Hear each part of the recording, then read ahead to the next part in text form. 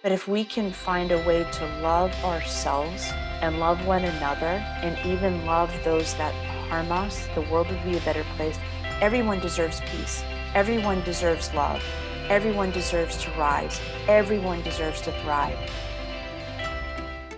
Welcome to Women We Should Know with international speaker, mindset reset mentor, author, and your host, Leslie Michaels. With audacious honesty and candor, the Women We Should Know podcast presents the wisdom and life-empowering insights of women who are the embodiments of innovation and social evolution. Please join Leslie as she shares potent conversations that will inspire your personal and professional evolutions.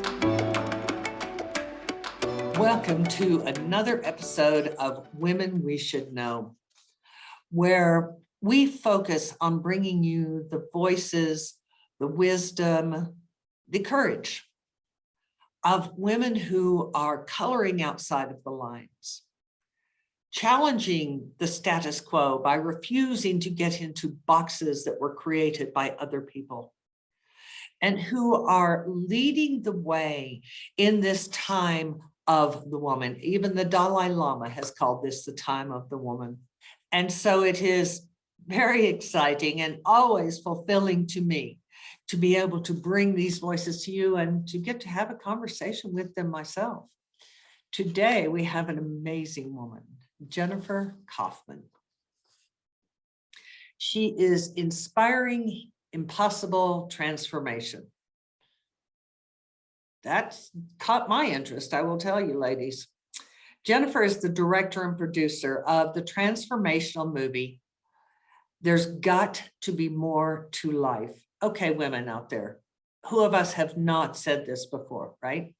There's got to be more to life.com, based on a true story of Jen's journey of rising up from terrorism and childhood trauma, where she went from barely surviving to thriving.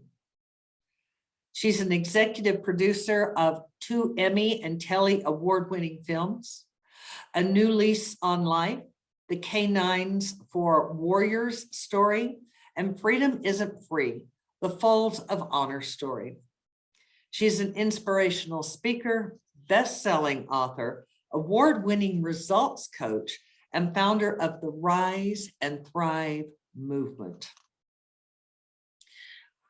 There's a lot more I could share, but I'm going to wait. I want to talk to Jennifer about this personally and invite you all to eavesdrop on the conversation. So for now, let's just jump right in.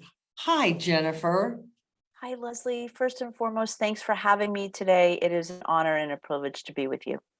Oh, and I am truly honored. You are so welcome, and I'm truly honored. And I am particularly grateful to you for coming on when you had to do so from your home office, because as an award-winning filmmaker, I know it drives you crazy when someone's mouth moves and then the words come later, or the words come and then someone's mouth moves. So for you to just dive right in and push through anyway, well, that's the women we speak to here. The women who just dive in and push through anyway, even though it isn't just perfect. So thank you. It wasn't always that way, I might say. As a recovering perfectionist, I would have been scrambling around, rescheduling, and here's the thing. This is what life presented today. I can't control the internet. I can't control different things that happen, but I can control my response. Mm-hmm. And I think that's a huge lesson, at least it was for me, is that, just showing up, giving the best that you've got with what you've got in the moment, right? Is, I think, so important for all of us women as we continue to rise up in our journeys. Absolutely, absolutely. And I am still a recovering perfectionist. I may well be for all my life. But you say it in the past tense. So maybe you're a few steps ahead of me on the path. And I know there are other women out there that are still suffering from perfectionist syndrome, because it does plague women more than men. What are a couple of tips that you can share that helped you to shift that particular paradigm in your life? Can I share a quick funny story that will actually answer the question? One, So I love stories here. I poured my heart into my first book called Shattered. Now, most people would say, that's a negative word, but that's actually how I felt after being, 15 feet from the first of two explosions at the Boston Marathon bombings. But I went on this journey and I wrote this book, which was so cathartic and healing for myself, but I wanted to help other women and other people in the world in particular. Mhm. And so I literally gave everything I had to creating this book. And imagine we're about ready to launch. I have a speaking opportunity.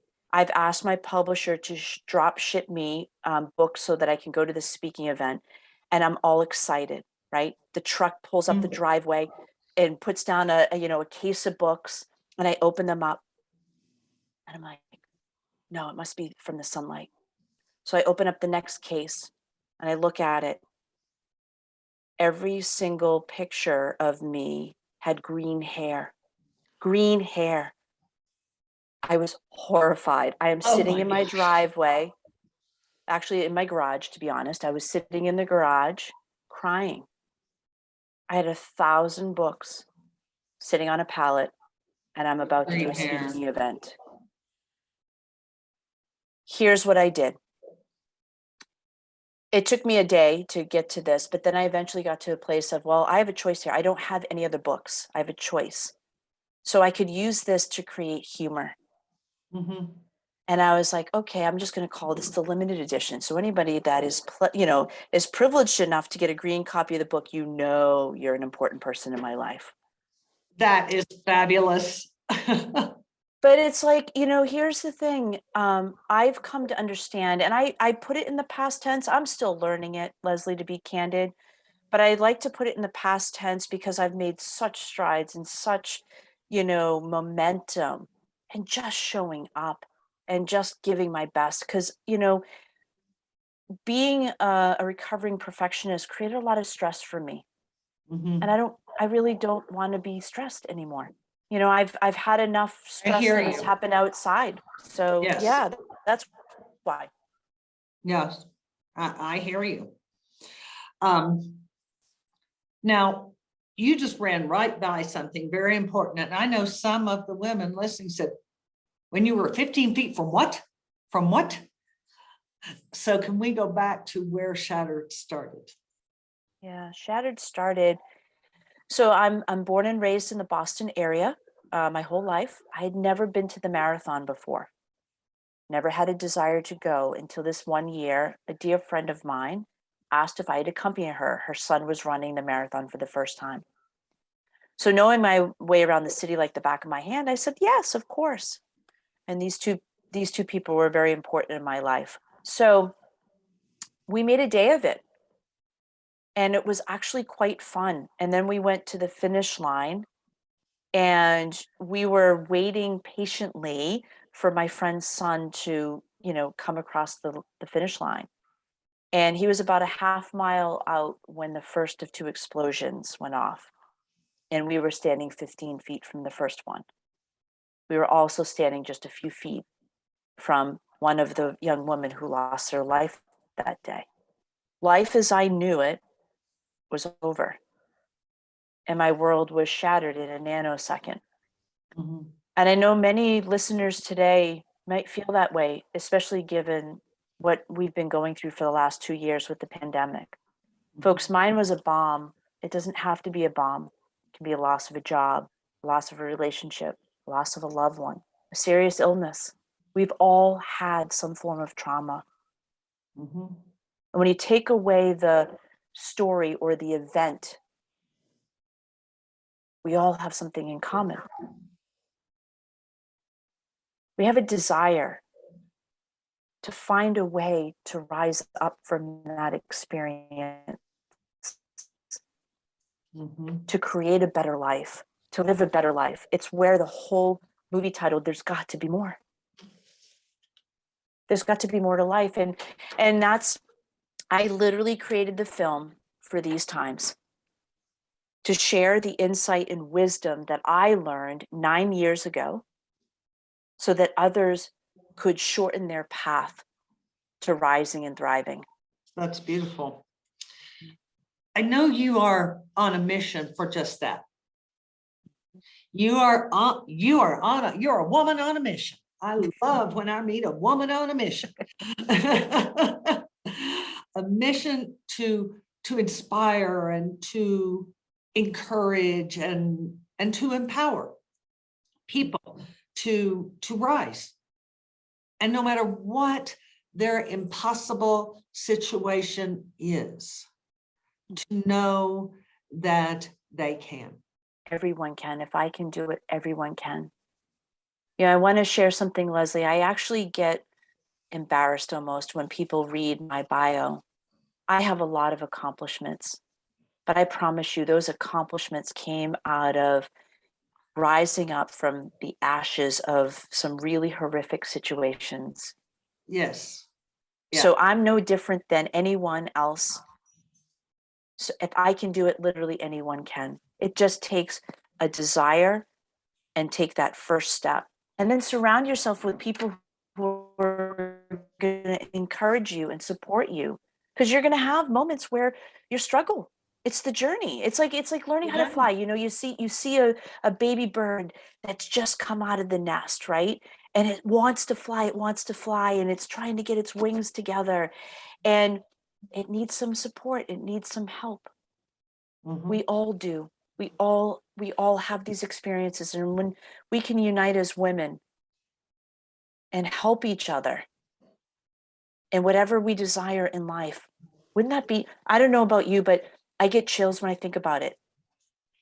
Well, that's my whole mission, is to invite women to join together, to rise, to rise as one. And I really appreciate what you said about, if we read your bio, you have lots of accolades. Speaking with women the way I do everywhere, a majority of the time, not all of the time, a majority of the time, when I encounter a woman who has many accolades, she also has many battle stories. And I appreciate you bringing that forward so that the women who are out there listening saying, oh, but I can't, realize, oh no, we're not here because we didn't battle. We're here because we did. I had a major trauma every 10 years of my life. Every decade of my life, I had a major trauma, at least one. And so it's quite a rhythm to establish. Yeah, but now I understand. And this, I think there's an important paradigm, an important perspective that I want people to understand and know. I was 42 when the bombings happened. And it was halfway through that year. So I was, 42 and a half, turning 43. And I thought to myself, okay, wait a minute. I'm actually a good person. I'm a law-abiding citizen. I do good in the world. Why are these things happening to me? But when I would ask that question, it didn't come from a place of empowerment. It came from a place of disempowerment, and it came from a place of something must be wrong with me. Yes, victim. And I wouldn't classify myself as a victim. Yeah. Yes. But that's exactly right. I had victim mentality, even though I would never use the word victim. That's so common. But when I changed the question, something shifted. What if this was happening for me and for my highest good? Now I got to get, and I'll be the first to say, if I was on the other side listening to this, are you crazy?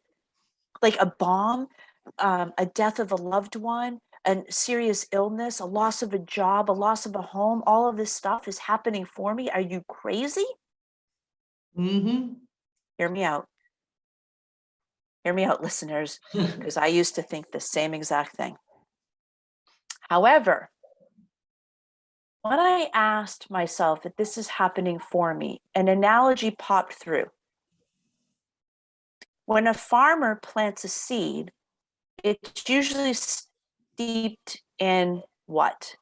Manure, a pile of crap. What if the trauma is just that? It's to empower us to rise up and to bloom the way we are meant to bloom. Mhm. And without it, we couldn't rise to our highest levels, to our greatest goods. And it helped me reconcile for myself why I had a major trauma every decade of my life. And universe, God, I'm telling you right now, I've had enough. I don't want any more. I've gotten the lessons. I will teach them now.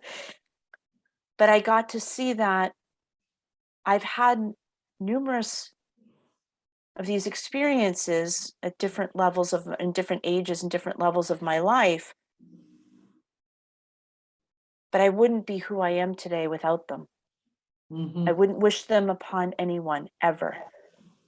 But if I had understood some of these lessons early on, I probably wouldn't have needed the bomb to happen in my life, to be candid. Yes, you'd have gone somewhere else that day. I am on the very same page as you. It's all about asking a different question. Because when these experiences happen, what do you think of this hypothesis? This is my observation, Jennifer. That they don't happen to us or for us, they happen so that we can choose whether it is to us or for us.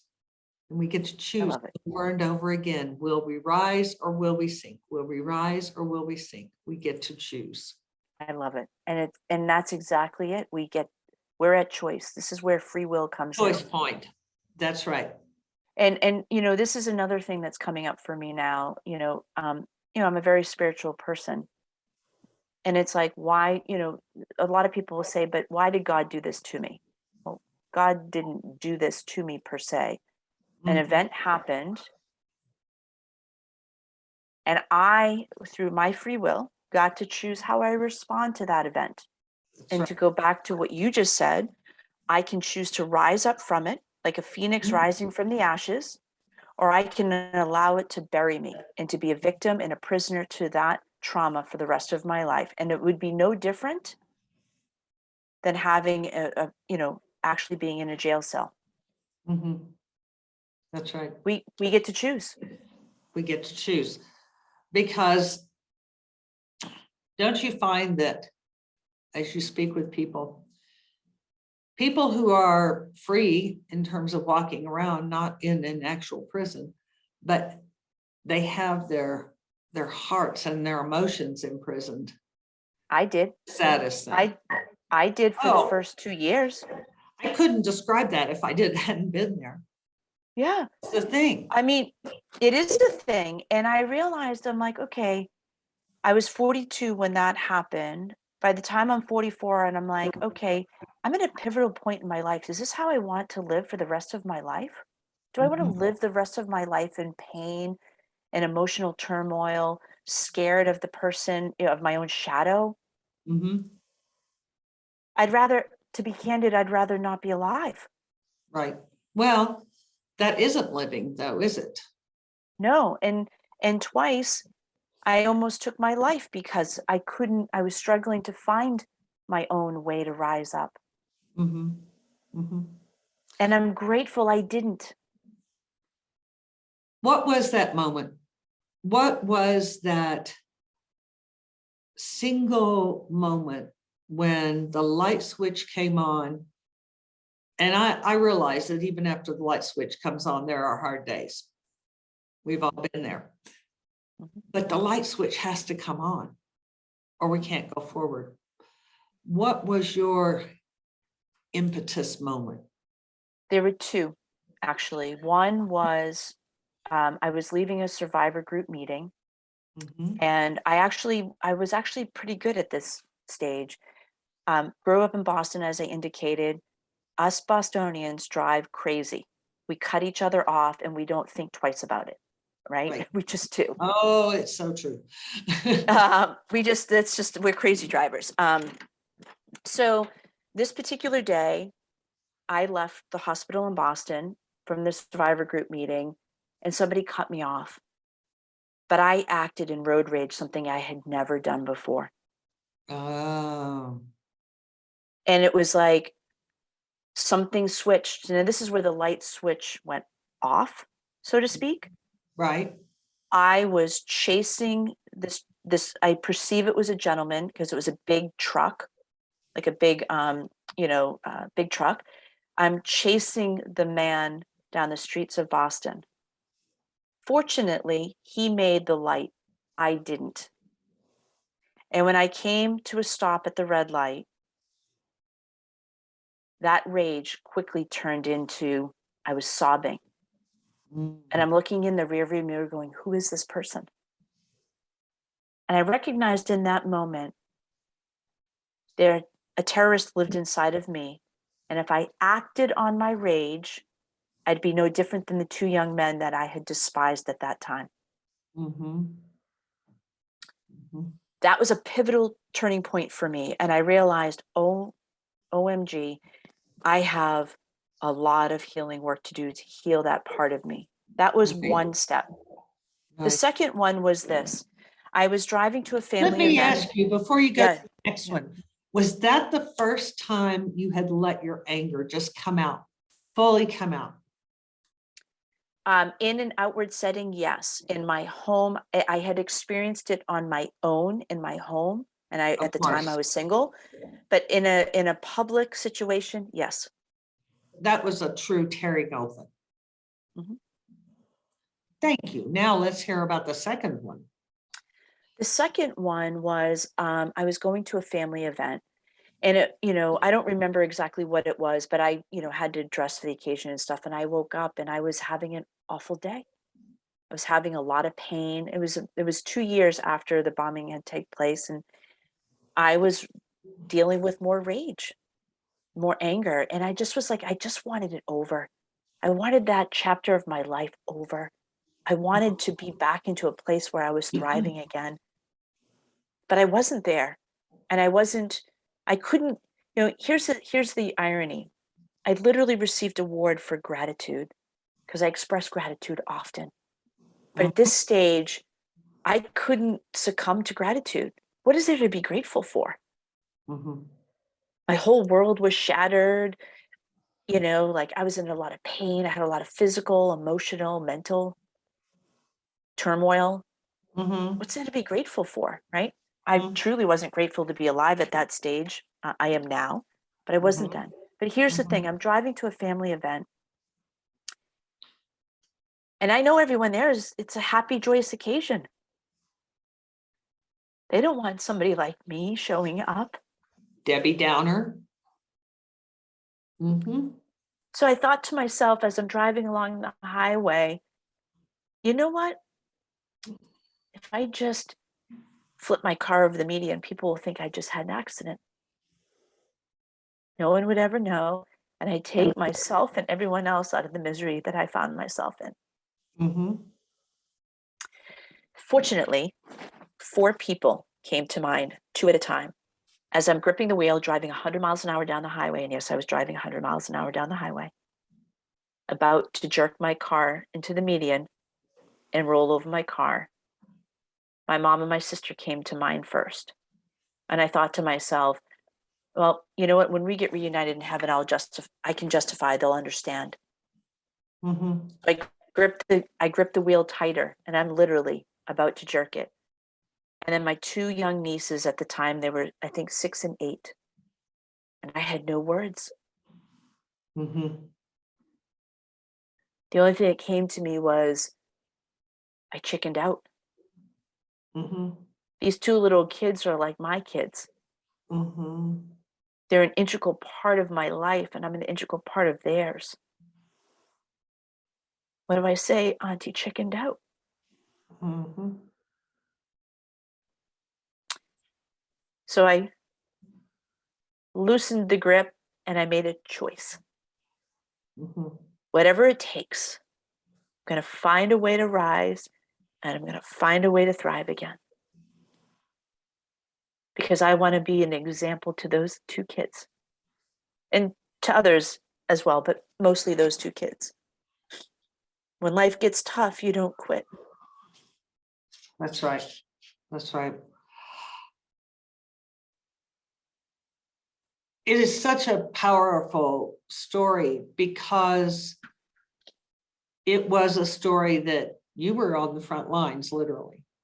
But there are those stories, 9/11, the Boston Marathon bombers, that touch everyone, or at least many millions of people. I am guessing that you frequently encounter individuals who come up to speak to you about how they were impacted by that day. Yes. Whether they were right there or watching it on the television. How do you help them to make a different choice? A choice to rise. Yeah. So what I often say is this. Oh, first of all, I like to hear their stories. What was that like for you? Of course. I think it's important that we give each other space to share, Mhm. because I'm not the only one with the story, everyone. We all have one. That's right. There were 264 of us that were physically injured that day, 3 that lost their lives that day, but a whole world was impacted by that day, just like 9/11. It just, and so I first will ask them, what was that like for you? Because I generally want to know their story. Of course. And then we'll have a dialogue, and then I'll say this. Here's what I've learned. If we don't find a way to embrace and love each other and find a way to rise collectively as one human consciousness, which means I've got to also embrace those 2 young men that placed the bombs that day. Mhm. They're not outside of the spectrum. They're not outside of us. They're a part of us. Now, some people go, how could you ever include them? Great question. Here's the deal. Here's what I learned. I spent 2 years hating those 2 young men, wishing they were dead. Interestingly enough, every time I would have those thoughts, it was like drinking my own poison, wishing they were drinking it. That's a great analogy. That's a great visual. And I went into forgiving, kicking and screaming like a toddler, literally. Mhm. How do you forgive the unforgivable? Mhm. When I did, and folks, it's an experience. I can't tell you what it's going to be like for you. I can only speak to my own. But I was done drinking the poison, guys. Like, that's what we do when we steep in our anger and steep in our rage and don't find a way to rise above it. We are literally drinking the poison, wishing someone else was drinking it. But when I chose to forgive, and again, that was a choice. For me, forgiveness set me free. It was like unlocking the chains to the prison cell that I found myself in. And I don't imagine it was a choice you made one time on one day and it carried you all the way through. No. And it frankly, to me, forgiveness is a tool in the toolbox, Mhm. right? It is a life, it is a life. I mean, I got triggered last week from something and I had to go through forgiveness. So guys, this isn't a one and done process. Mhm. It is, and and we're coming up on the 9th anniversary in a couple of days. Yes. There are still things to forgive. Mhm. It's a process, folks. And every time you do it, it's like you restore love on another level. You restore peace on another level. And I want to share that, when I chose to forgive,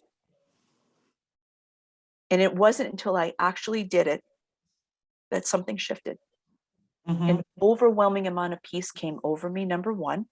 Mhm. Number two, for the first time in nearly 2 years, I had compassion for two young men that I had nothing but hatred for before. Mhm.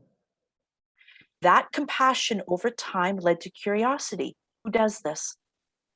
I learned through my research, time later, that these two young men grew up in a city that was bombed. And by the way, some of our soldiers were the ones bombing because we were at war for something. I'm not even sure what it was, to be honest.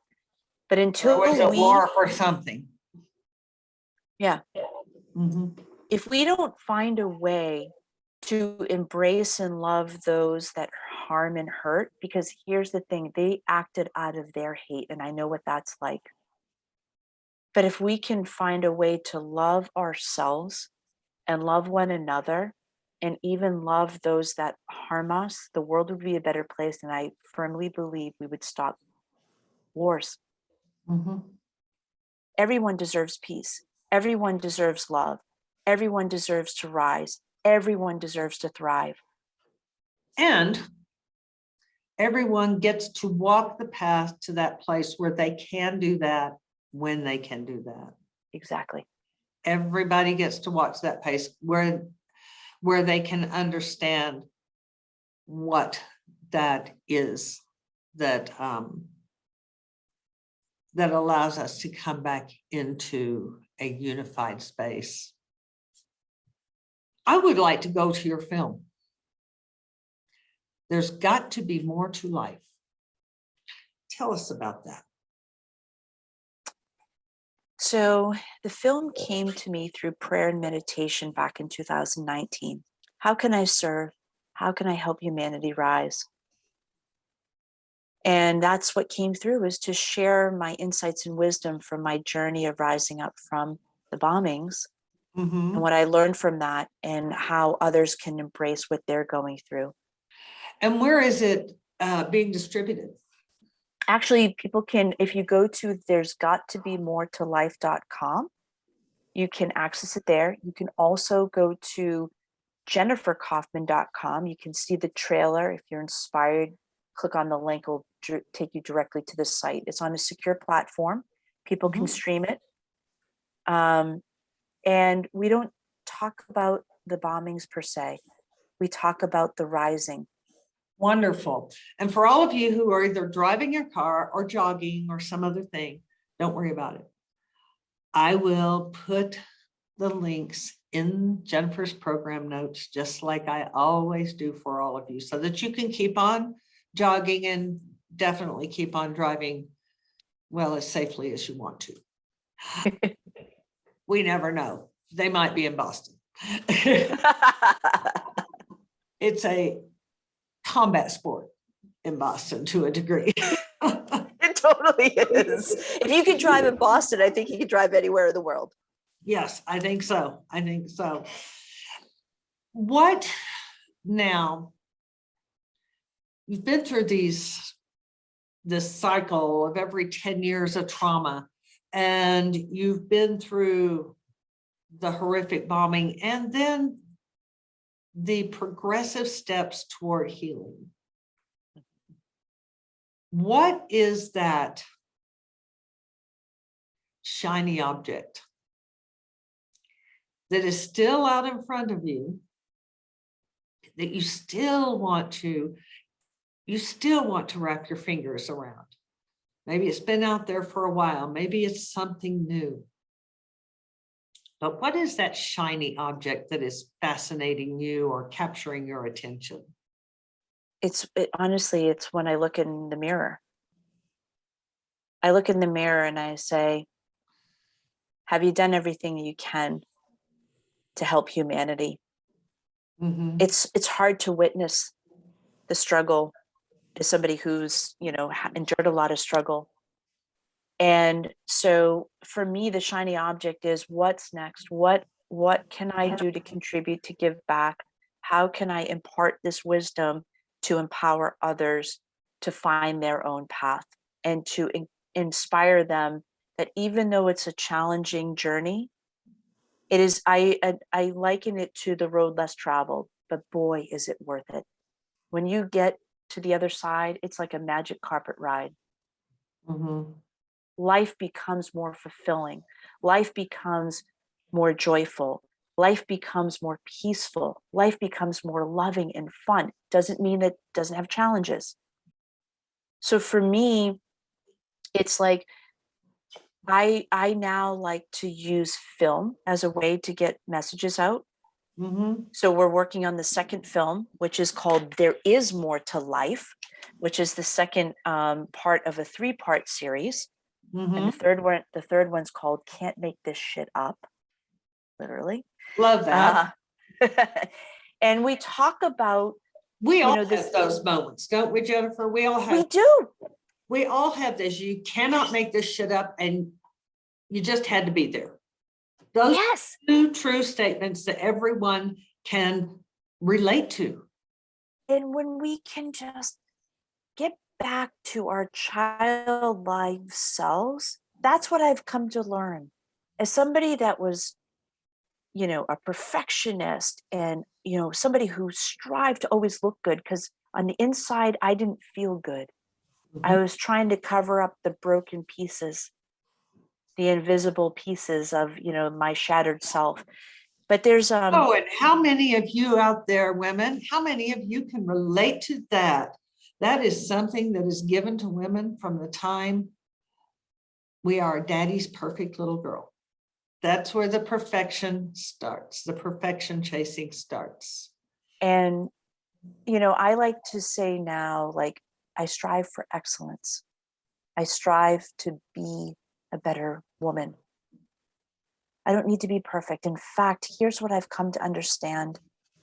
The more imperfect I am, the more relatable I am, the more people feel a deeper connection to me, because I'm willing to be vulnerable and to be myself, no matter what that looks like. Started Well, this. when we're ready to be real instead of perfect. Perfect is not real. There's nothing real about it. Barbie dolls were not perfect, but they were presented as perfect. Mhm. Yes, it's part of the patriarchy and all of that goes around. But to learn to give ourselves permission to be real, that is one of the most powerful things I see women doing around the country every day. So congratulations. We don't need to compete with each other either. Well, that's a song that I've been singing.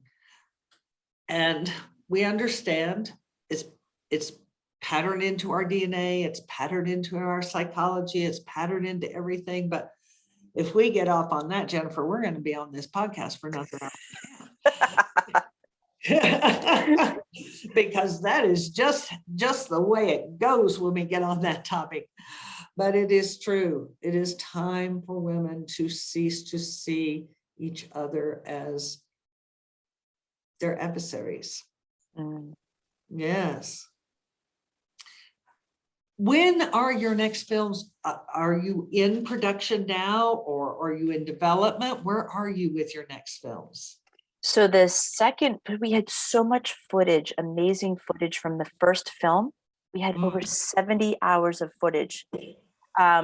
So we had amazing content. So if you haven't checked out the first film, check it out. The second film will probably come out in September timeframe.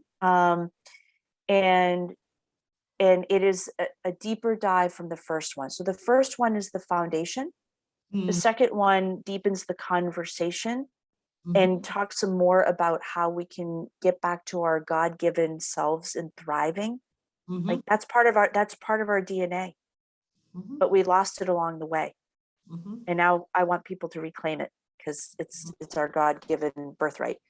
And then the third one will come out in 2023. 2023. That's not a bad run. That's not a bad run. Jennifer, thank you for coming on, and I wish you and all of your passion projects so much success. And thank you for just diving right in there, even though the film and the voice were not, the audio and the video were not in sync. Congratulations. What a great modeling of what it is that you speak to. Thank you so much for having me. It's been such a pleasure to be with you today. Absolutely. And keep us up with those films. What's going on with those films? I definitely will. For all of you out there, I will put Jennifer's contact information, the links to her film, the links to anything she wants to give you links to. I will pass it on to you. I will put it in the program notes and you'll be able to go there and get it just as you always are. Don't forget to like, share, comment. And thank you. Thank you for tuning in again today. You are why I do this. You are why we all come together and participate in doing this, is so that we can have conversations with you. And I trust that you got some little nugget today that you can stick in your pocket, pull it out later when you need it. Something that will possibly soothe you, possibly inspire you, whatever it is you need in that moment that you have not arrived.